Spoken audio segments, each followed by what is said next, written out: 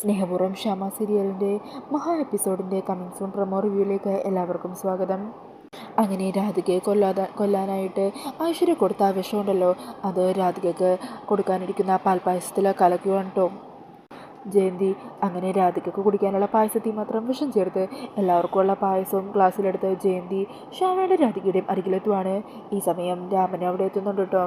അങ്ങനെ ജയന്തി രാധിക മോളുടെ പേരിൽ വഴിപാടൊക്കെ നടത്തിക്കൊണ്ടുവന്ന പായസമാണ് എല്ലാവരും കുടിക്കുക എന്ന് പറഞ്ഞ് ശ്യാമ എല്ലാവർക്കും എടുത്ത് കൊടുക്കുവാണ്. ഇതേസമയം വിഷം ചേർത്ത ആ ഒരു പായസത്തിൻ്റെ ഗ്ലാസ് ഉണ്ടല്ലോ, അത് ജയന്തി തന്നെ എടുത്ത് രാധികയുടെ കയ്യിലേക്ക് കുടിക്കാൻ കൊടുക്കാനായിട്ട് നീട്ടുവാണ്. ഈ സമയം ശ്യാമ അത് വാങ്ങിച്ചിട്ട് ശ്യാമയുടെ കൈകൊണ്ട് തന്നെ രാധികൾക്ക് അത് കൊടുക്കുവാണ് കേട്ടോ. എന്നാൽ ഇതെല്ലാം കാണുമ്പോൾ ജയന്തിയാണെങ്കിൽ ആകെ ടെൻഷനിലും കുറ്റബോധത്തിലും അതെല്ലാം നോക്കി ഭയന്ന് നിൽക്കുവാണ്.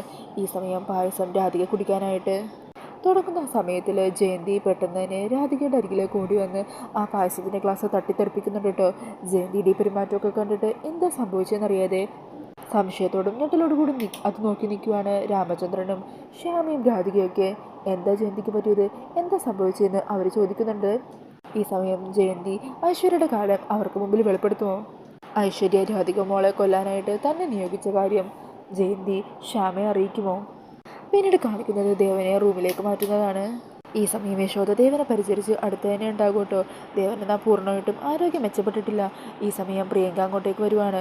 അങ്ങനെ പ്രിയങ്ക അരികെ വന്ന് നിൽക്കുന്നുണ്ടെങ്കിലും ദേവൻ്റെ രാവിലെ നിന്ന് രാധികയെക്കുറിച്ചുള്ള കാര്യങ്ങൾ മാത്രമാണ് വരുന്നത്. രാധികയെ കാണണമെന്നും മോളോട് ചെയ്ത തെറ്റുകൾക്കെല്ലാം മാപ്പ് പറയണമെന്നൊക്കെ ദേവൻ യശോദയോട് പറയുക.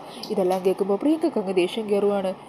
രാധിക, അവളെ ഞാൻ ജീവനോട് വെച്ചേക്കില്ല, അവൾ എന്നേക്കോട്ട് ഞാൻ തീർത്തു കളയും.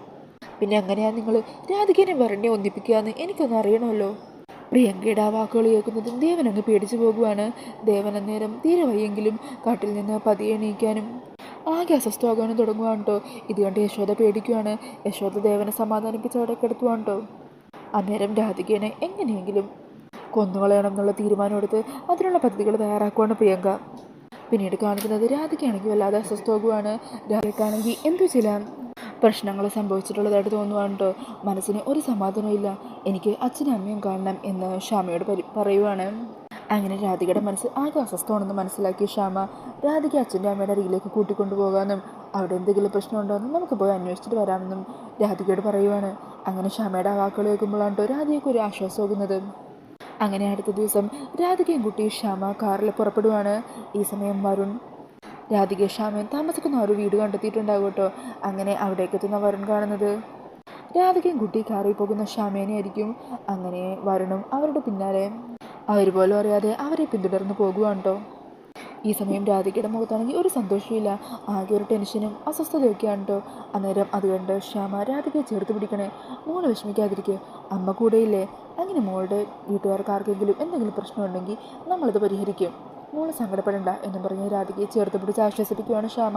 പിന്നീട് കാണിക്കുന്നത് കുറേ ദൂരം യാത്രയൊക്കെ കഴിഞ്ഞ് ശ്യാമ ഡ്രൈവറോട് വണ്ടി അവിടെ നിർത്താൻ പറയുവാണ്. എന്നിട്ട് അവിടെയുള്ളൊരു കടയിൽ നിന്ന് കരിക്ക് മേടിച്ച് രാധികയ്ക്ക് കൊടുക്കുവാണ് കേട്ടോ. ഈ സമയം ശ്യാമക്ക് ഒരു ഫോൺ കോൾ വരുവാണ്. അങ്ങനെ ശ്യാമ രാധികയുടെ അരികിൽ നിന്ന് കുറച്ചങ്ങോട്ട് മാറി കോൾ അറ്റൻഡ് ചെയ്ത് ഫോണിൽ സംസാരിച്ചുകൊണ്ട് നിൽക്കുമായിരിക്കും. ഇതേ സമയം വരണം പമ്മി വന്ന് രാധികയുടെ പിന്നി വന്ന് നിൽക്കുവാണ്. അന്നേരം രാധികയാണെങ്കിൽ കരിക്ക് കയ്യിൽ പിടിച്ച് താഴെ എന്തോ വീഴാൻ പോയപ്പോൾ അതിങ്ങനെ എടുത്തുകൊണ്ട് നിൽക്കുമായിരിക്കും.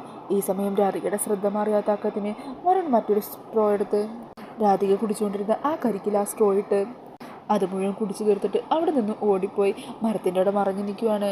ഈ സമയം രാധികയാണെങ്കിൽ പെട്ടെന്ന് അത് കുടിക്കാൻ നേരം മറ്റാരും അത് കുടിച്ചിട്ടുണ്ടെന്ന് രാധികയ്ക്ക് മനസ്സിലാകുവാണ്. രാധിക അങ്ങനെ ചുറ്റും നോക്കുവാണ് കേട്ടോ. എന്നാൽ അവിടെയെങ്ങും ആരെയും കണ്ടില്ല. പക്ഷേ രാധികയ്ക്ക് വരുൺ തൻ്റെ അരികെ വന്ന പോലെ തോന്നുവാണ്. വരുണിനൊത്തുള്ള നല്ല നല്ല നിമിഷങ്ങളൊക്കെ രാധികയുടെ മനസ്സിലേക്ക് ആ സമയം വരുവാണ് കേട്ടോ. എന്താ ഇപ്പോൾ ഇങ്ങനെ ഒരു തോന്നാൻ, വരുണടുത്ത് വന്നതുപോലെ തോന്നിയല്ലോ എന്ന് പറഞ്ഞ് രാധിക വീണ്ടും അവിടെയെല്ലാം വരുണുണ്ടോയെന്ന് അന്വേഷിച്ച് നോക്കുന്നുണ്ടാകും.